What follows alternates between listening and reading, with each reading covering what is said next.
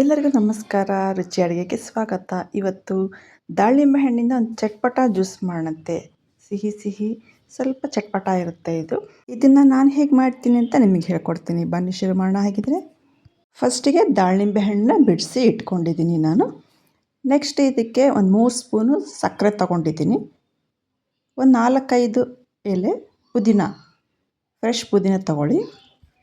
ಸ್ವಲ್ಪ ಚಾಟ್ ಮಸಾಲ ತೊಗೊಂಡಿದ್ದೀನಿ. ಒಂದು 2 ಚಿಟಿಕೆಯಷ್ಟು ತೊಗೊಳ್ಳೋಣ.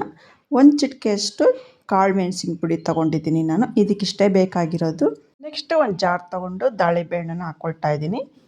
3 ಸ್ಪೂನು ಸಕ್ಕರೆ, ಪುದೀನ ಎಲೆಗಳು 4-5, ಚಾಟ್ ಮಸಾಲ ಸ್ವಲ್ಪ ಹಾಕ್ಕೊಂಡಿದ್ದೀನಿ. ಸ್ವಲ್ಪ ಕಾಳು ಮೆಣಸಿನ ಪುಡಿನೂ ಹಾಕ್ಕೊಳ್ತಾ ಇದ್ದೀನಿ. ಹಾಕ್ಕೊಂಡು ಇದನ್ನು ನುಣ್ಣಗೆ ಗ್ರೈಂಡ್ ಮಾಡ್ಕೊಳ್ಳೋಣ. ದಾಳಿಂಬೆ ಹಣ್ಣಲ್ಲಿ ನೀರಿನಂಶ ಜಾಸ್ತಿ ಇರುತ್ತೆ, ಹಾಗಾಗಿ ನೀರು ಹಾಕೋ ಅವಶ್ಯಕತೆ ಇಲ್ಲ. ಇವಾಗ ದಾಳಿಂಬೆ ಹಣ್ಣಿನ ಚಟ್ಪಟ ಜ್ಯೂಸ್ ರೆಡಿಯಾಗಿದೆ. ಗ್ಲಾಸಿಗೆ ಸೋಸ್ಕೊಂಡಿದ್ದೀನಿ ನಾನು ಕ್ಯೂಟಾಗಿ ಕಾಣುತ್ತೆ ಅಂದ್ಬಿಟ್ಟು ಸಣ್ಣ ಗ್ಲಾಸಲ್ಲಿ ಕೂಡ ಹಾಕಿ ಇಟ್ಟಿದ್ದೀನಿ. ಚೆನ್ನಾಗಿ ಕಾಣಿಸ್ತಾ ಇದೆ ಅಲ್ವಾ?